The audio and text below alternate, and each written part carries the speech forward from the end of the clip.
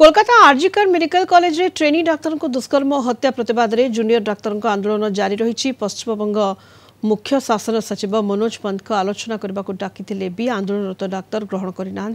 आंदोलनकारी डाक्तर मंच पक्षर 4टी शर्त रखा जहां सरकार एपर्यंत विचार को नहीं नाहंती। वर्तमान सुधा जूनियर डाक्तर माने स्वास्थ्य भवन सम्मुख में धर्मघट अब्याहत रखिंट।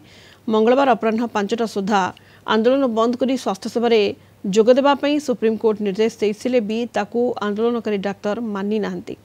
न्याय न मिलवा जाए आंदोलन जारी रहिबो बोली आंदोलनरत जूनियर डाक्तर स्पष्ट करिसेंती। एपटे मेडिकल रे आर्थिक अनियमितता अभियोग रे ईडी चढ़ाऊ जारी रही। मेडिकल कॉलेज पूर्वतन अध्यक्ष संदीप घोष को घरे रेड होइछि। अधिक सूचना पई कोलकाता ब्यूरो हेड प्रमोद महांती वर्तमान जोड़ी होइछंती। प्रमोद, डाक्तर आंदोलन जूनियर डाक्तर आंदोलन जारी रही आलोचना डका जाउछि किंतु कोनोसी समाधान रास्ता बाहरी पारुना एवं ये प्रश्न जे डाक्तर आंदोलन डाक्तर धर्मघट थमिबो केबे? प्रमोद,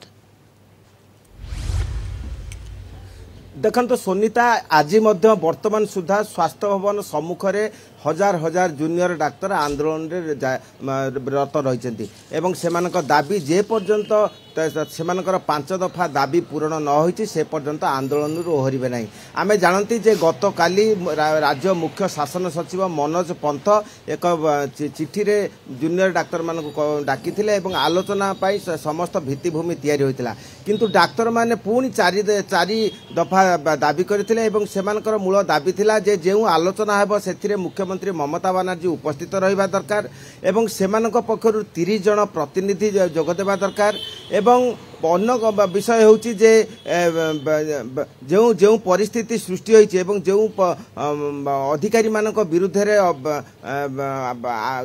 अभियोग होइछि सेमानकु एही आलोचना रु विरति रखिबा को हेबो। एभली प्रसंग जेतबेले उठितला एही समस्त विषय को सरकार गुरुत्व देइनि एवं आलोचना वर्तमान कार्यत विफल होइछि एवं गतकाली आलोचना होई नाही। तेनु जूनियर डाक्तर माने घोषणा करछन्ती जे जो आंदोलन जारी रही से आंदोलन जारी रहिबो कारण सेमानकर दाबी जे जो मुख्यमंत्री सहित एवं राज्य सरकार सहित जो आलोचना करा जिवो सेही आलोचना जेपरि सीधा प्रसारण हुए लाइव टेलीकास्ट हुए कारण यही आंदोलन प्रमोद कहले निज दाबी रे अटल रही जूनियर डाक्तर माने एवं आंदोलन जारी रखिंट। आलोचना करने को सेमानकु डका जाइथिले भी कोनोसी समाधान रास्ता बाहरी पारि नहीं। आंदोलनरत डाक्तर याकू ग्रहण करि नाहंती। बहुत बहुत धन्यवाद प्रमोद महांती कोलकाता ब्यूरो हेड जोड़ी होइतले सीधा अधिक सूचना दौथिले।